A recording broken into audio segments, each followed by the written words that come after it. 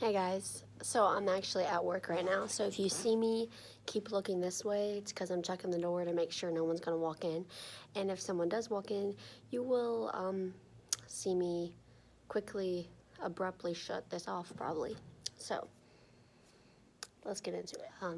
For those of you who don't know, I have a disease called cystic fibrosis, and it requires frequent hospitalizations, and we stay there usually for about 14 days, give or take. It can be more, it can be less, depending on the situation.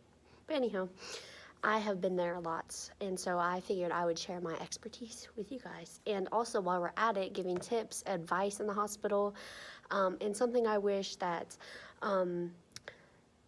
all nurses knew, or all caretakers knew, or potential new nursing students, just something I wish everyone knew taking care of me or helping me get better. Some advice on maybe what to pack. So, I mean, clearly, like, if you're staying in the hospital, you already know you're gonna want comfortable clothes. I don't think I need to, like, say that kind of stuff. You know, to bring a laptop, things like that. I mean, it's kind of a given. But I guess I'll go in more depth and more detail of what you may not think of that you might need. So that would be a Roku of some sort, or like some kind of video streaming platform, because yes, you can watch on your laptop, but when you're in bed at night, it's so nice just to not have anything on your lap. You're able to lay down and relax, and you're going to need that time to get better. So if you can just stream it up there on the TV, it makes a world difference. Every time I'm admitted, my dad lets me use his Roku, so I have my own little remote. We hook it up through the HDMI cords, and that's that. And it's a lifesaver. And I can watch Netflix, Hulu, whatever I want when I'm there. So that's one tip. Another packing, like when you're going to the hospital, something to pack is art supplies and stuff, because art is really calming for me, and it'll distract me for like an hour or two. And sometimes that's all you need to move forward. So another tip that you may want to pack, if you are a diabetic, and let's say like in my hospital, it's organized by different floors. So the floor that I'm on for CF is not the same floor that diabetics get admitted to. So they don't have my diabetic supply stuff. So if you're going to get admitted, and if you know you're going in, and if you're diabetic, you might want to bring your supplies along with you. They're not going to be accessible to you as easily as normal, I guess. And I guess that's really like a CF hospital hack type thing if you have CF related diabetes like I do. But yeah, another tip you may not think of, because you'll think they'll have that for you maybe at the hospital, is pack your own toiletries. Literally as far as legit toilet paper, if you don't like their toilet paper there, which I know what kind of toilet paper the hospital has, you know, it's the cheap kind, whatever. So pack your own toilet paper, maybe some like Poo-Pourri, the like Febreze stuff, because it's a really small bathroom. So if you need to do your business, and let's say you can't make it down the hallway, you're gonna want something to make the room smell good. Going off of that, I hate the smell of hospital, so I always make sure I pack my lotions and perfumes, multiple of them, and I keep them kind of laying around the room, especially if I'm there for a really long time. And shampoo, your own conditioner, because that stuff they give you is so drying. I mean, if you don't care about that, then they can provide that for you there. But I don't like it. And like I said, if you're gonna be there for a while, you want your own stuff. So that's something to keep in mind. But yeah, so I might come back to the packing, but we're gonna move on. So now I'm speaking to all people who want to be in the healthcare field, I guess, and something I wish all nurses knew, or potential nurses knew, when taking care of me. And actually this stems from when I was getting my port placed. I had a nurse in surgery, and it was her first or second day on the job in surgery, and clearly like those nurses in surgery aren't as familiar with CF as my nurses who take care of me regularly on the like CF floor in the hospital. So clearly not everyone's going to know what you're going through. So for a patient, be patient. That's my advice for you. Like, you know, everyone's learning here, and not everyone's going to know what your situation is. So when I came into surgery, I had my pump on. I still had my PICC line in. I was receiving antibiotics every like 3 hours or something like that.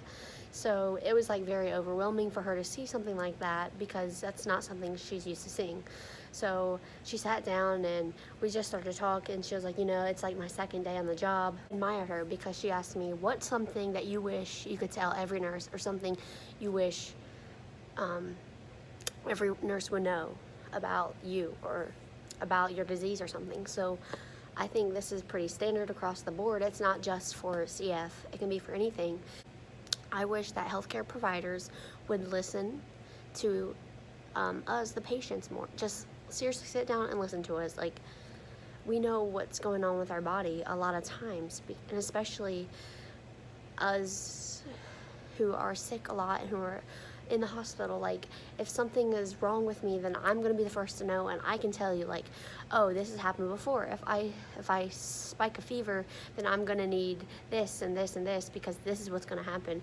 And it might sound crazy to some that we know that, but it is our bodies. And so I wish people would just listen to us and take it as it is. And we don't have the degree maybe, or any of the knowledge that you might have, but we do know ourselves and we do know our bodies, and I think that's one of the biggest things you can take away, guys. So to go into a story that kind of demonstrates why you should maybe listen to patients. Story is, it was at night, and the resident in the day said that I needed to be on this certain medication through the night, through my PICC line, and it was like, it's not that huge of a deal, but I knew I wasn't supposed to have that certain thing throughout the night. And I don't blame my nurse at all. I told my nurse, I said, hey, this has happened before. Like, I'm not supposed to be on this medication through the night. And can you go tell the night resident, that I'm not supposed to be on this? She was like, yeah, oh, you're not? Like, sure, let me go see what's going on. She came back and she was like,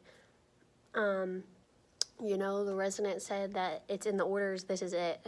And I just, like, I felt so upset and trapped, because this has happened once before, and I caught it once before, and now it's happening again. And I was saying, like, no, I know I'm not supposed to be on this. Like, like, honestly, it felt like I was being belittled, because I'm 21 years old, and this has happened before, like I said, and I knew I was not supposed to be on this. And all through the night, they ran it until the next morning. My doctor came in, and he was very upset once again. And so it just, like, goes to show, like, don't write off the patient right away, because especially people with chronic illnesses and who are sick a lot, we know more of what's going on, because when we're in the hospital, we are there, for like a month or months on end. So we know what's going on there. I don't know, that story really proves to me that listen to patients more, and that I wish more people had better understanding of that. And I feel like that's the best advice I can give, like an incoming nurse who's going through school right now. Really show compassion and listen to the patient.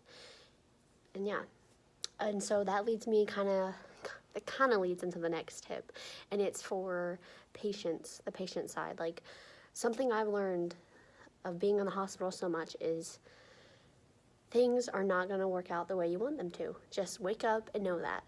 Don't ever have your heart set on something to happen that day. Just know that things may not work out the way you want them to while you're there. And that I still struggle with this every time I'm there. Just take each day one day at a time, because that's really all we have, and that's all we can do.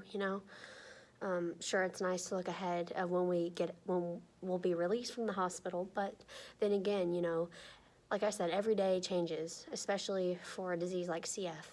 One day we might be doing really great, and then the next day we'll have a drop or something like that. And so our